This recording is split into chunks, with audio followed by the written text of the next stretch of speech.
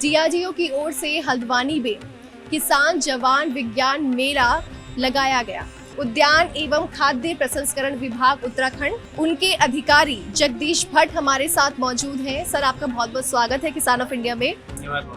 Sir, मैं आपसे जानना चाहूंगी कि आपकी संस्थान मशरूम पे खास तौर पर किस तरह से काम कर रही है। हम लोग बेसिकली हैं तो उद्यान विभाग से है और जेलीकोट में मशरूम का एक प्रोजेक्ट है, इंडो डच मशरूम परियोजना जेलीकोट के नाम से। तो यहाँ पर हम लोग किसानों को एक तो 3 दिन का प्रशिक्षण देते हैं, 7 दिन का भी प्रशिक्षण देते हैं, उसके बाद उनको तकनीकी ज्ञान भी देते हैं। अभी विशेषकर पहाड़ों में मशरूम के प्रति लोगों की उतनी जागरूकता नहीं बन पाई है, तो हमारा प्रयास रहता है कि कुमाऊं रीजन में प्रत्येक जनपद में हर विकास खंड स्तर तक हम पहुँचें और लोगों से बातचीत करें, वहाँ पर ट्रेनिंग दें, उन लोगों को अपने यहाँ बुलाएं, उनको नई नई टेक्नोलॉजी दें। तो मशरूम का हम उनको एक तो विशेषकर जो इसकी पौष्टिकता के बारे में अभी तक नहीं जान रहे हैं, और पहाड़ों में ऐसे बहुत सारे लोग हैं जो आज भी मशरूम नहीं खाते, तो उनको जागरूक करने का काम करते हैं, उनको प्रशिक्षण देते हैं।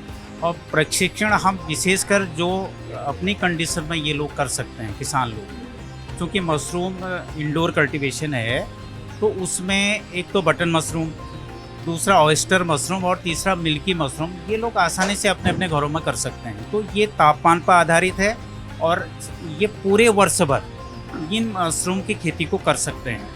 और हम लोग विशेषकर जो इसमें दिक्कत आती है वो आती है बटन मशरूम के कंपोस्ट को बनाने। तो हमारा जो प्रोजेक्ट है वो नीदरलैंड बेस्ड पर है। हम लोग वहाँ पे कंपोस्ट तैयार करते हैं, कंपोस्ट के साथ साथ उनको स्पॉन भी देते हैं।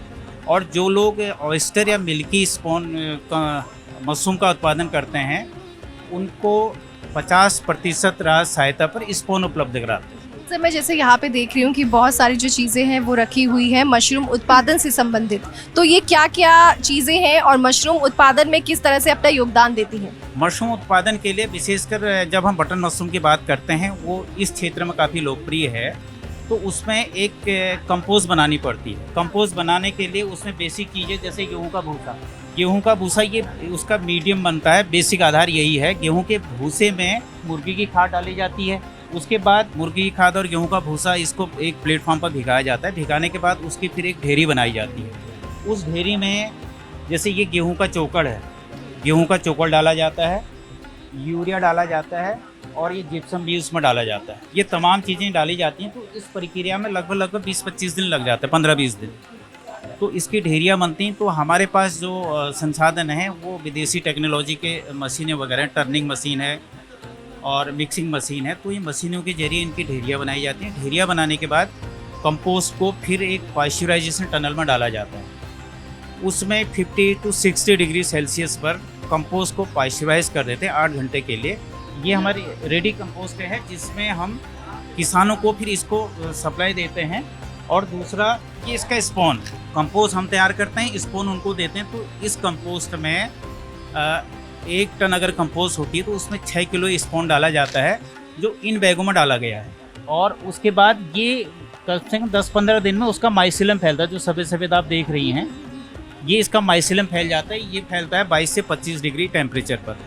ये पूरा इंडोर होता है। और उसके बाद इसके ऊपर ये केसिंग सॉइल है। ऊपर ये कोकोपीट पर बनी हुई केसिंग सॉइल है। ये कम से कम 1.25 से 1.5 इंच मोटी उसमें बिछाई जाती है। और उसके बाद ये जब मशरूम की फसल इसमें निकलने लगती है उस टाइम पर टेम्परेचर 16 से 18 डिग्री कमरे का होना चाहिए और लगभग 80% उसके अंदर नमी होनी चाहिए। तो ये 2 महीने में आपकी ये फसल तैयार हो जाती है। इसको तोड़ने के बाद इस तरीके की पैकिंग में बाज़ार में फिर निकल जाता है। तो ये पूरी की पूरी जो है प्रोसेस है। अगर मैं पहाड़ी क्षेत्रों की बात करूं तो पहाड़ी क्षेत्रों में किन किन किस्मों के हिसाब से, हाँ, कि इन महीनों में ये वाले मशरूम की जा सकती है, इन महीनों में ये वाले मशरूम की जा सकती है। देखिए, पहाड़ की जो हमारे विशेषकर पहाड़ की जो भौगोलिक परिस्थिति है, एक ही ग्राम पंचायत की अगर हम बात करें तो टॉप में तो वहाँ सेव हो जाता है, नीचे कटहल भी होता है। तो ये उनका एक गांव ग्राम सभा का टेम्परेचर अलग अलग हो जाता है। तो आम तौर पर हम किसानों को यही सलाह देते हैं कि पहाड़ के भीतर भी जो घाटी वाले क्षेत्र हैं वो थोड़ा गर्म होते हैं, तो वो अपने अपने क्षेत्रों में थोड़ा सा टेम्परेचर का ध्यान रखें। और विशेषकर ये बटन मशरूम शुरू होता है जब इंडोर टेम्परेचर हमारा 22 से 25 हो।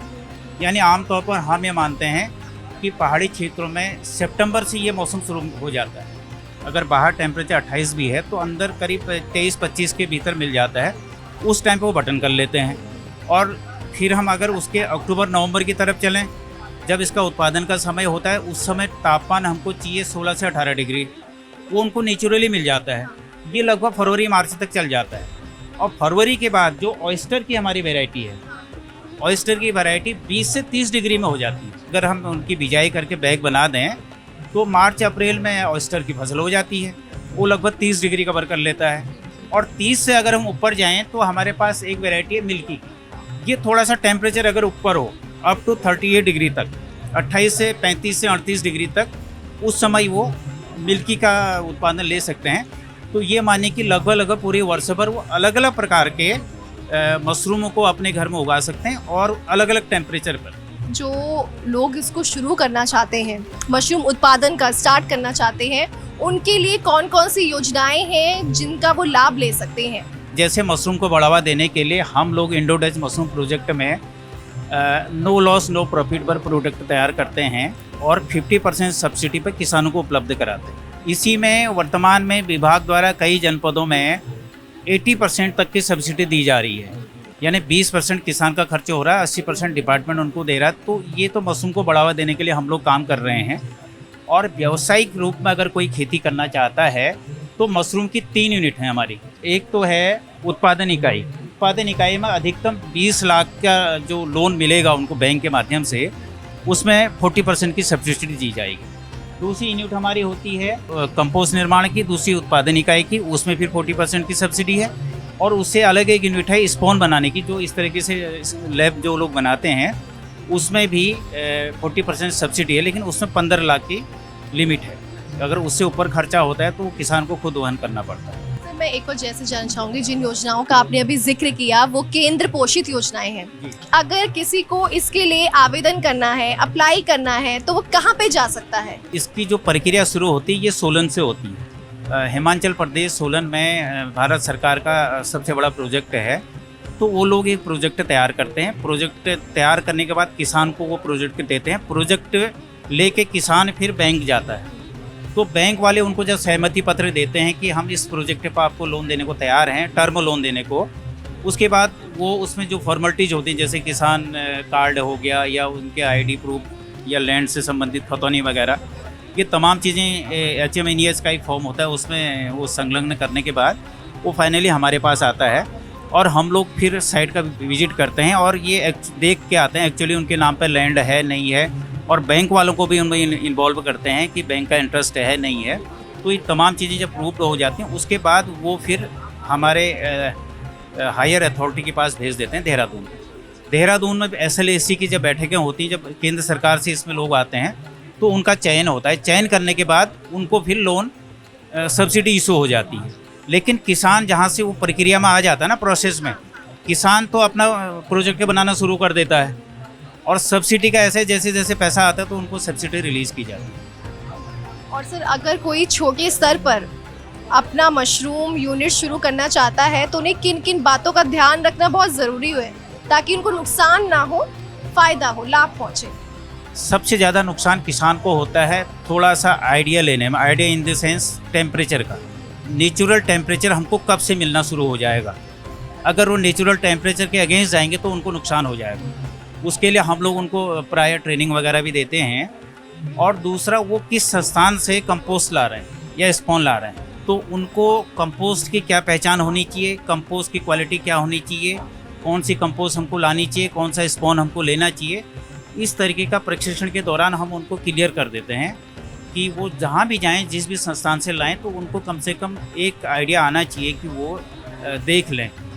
और अगर वो अगेंस्ट द टेम्परेचर जाएंगे या लापरवाही करेंगे, सपोज मशरूम की फसल ऐसी है इसमें रेगुलर स्प्रे की ज़रूरत होती है और टेम्परेचर आपको मेंटेन करना है, उसकी ह्यूमिडिटी आपने मेंटेन करनी है, माना किसी कारणवश लापरवाहीवश आपने स्प्रे नहीं की, 2 दिन आपने देर कर दी, या आपकी यूनिट के आसपास कोई गौशाला है, मुर्गी बाड़ा है, तो ये तमाम चीज़ें अगर हैं तो नुकसान होने की तब संभावना रहती है। अगर आपने साफ़ सफाई रखी है तो इन चीज़ों का किसान अगर ध्यान रखे तो उसको कोई दिक्कत नहीं।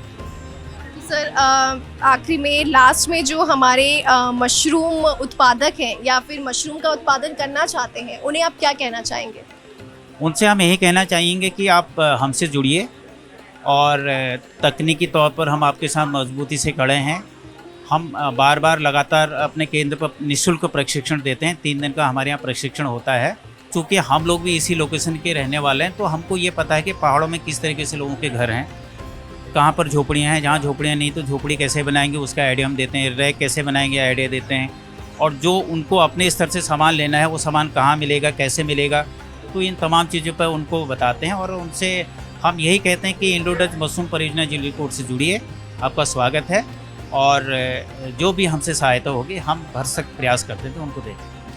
सर एक और, जैसे अभी आपने जिक्र किया फ्री ट्रेनिंग का, तो ये महीने में होती है या मतलब इसका कुछ टाइम पीरियड रहता है? नहीं, कभी कभी महीने में तो 2-3 ट्रेनिंग भी हो जाती हैं। एक्चुअली में जिन लोगों की हमारे पास एप्लीकेशन से होती हैं तो हम लोग एक बैच बनाते हैं लगभग 30-35 लोगों का। तो उसमें कुमाऊं मंडल के अतिरिक्त गढ़वाल मंडल से भी लोग होते हैं।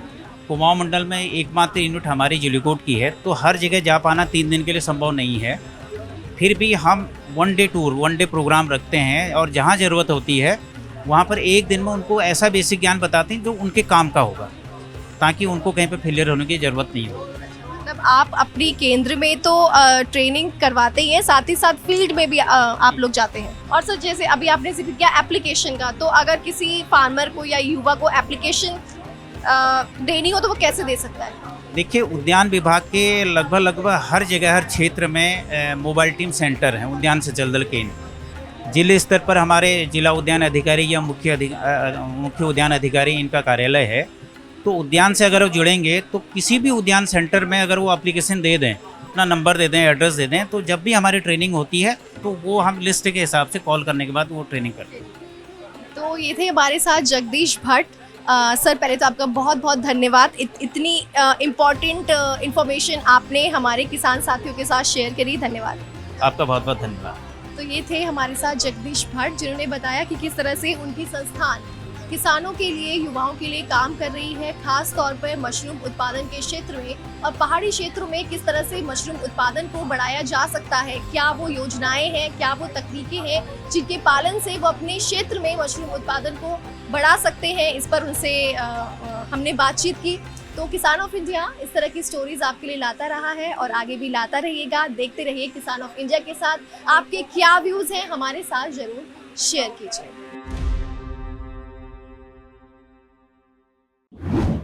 किसान ऑफ इंडिया के YouTube चैनल को सब्सक्राइब करने के लिए नीचे दिया हुआ सब्सक्राइब बटन दबाएं और किसान ऑफ इंडिया से जुड़े सभी अपडेट्स को पाने के लिए बेल आइकॉन दबाना ना भूलें। जो है आपके आसपास, आपके शहर का खास, वो दिखाएगा आपको DNN 24, आपका अपना डिजिटल न्यूज नेटवर्क। तो फिर कीजिए लाइक, सब्सक्राइब और फॉलो।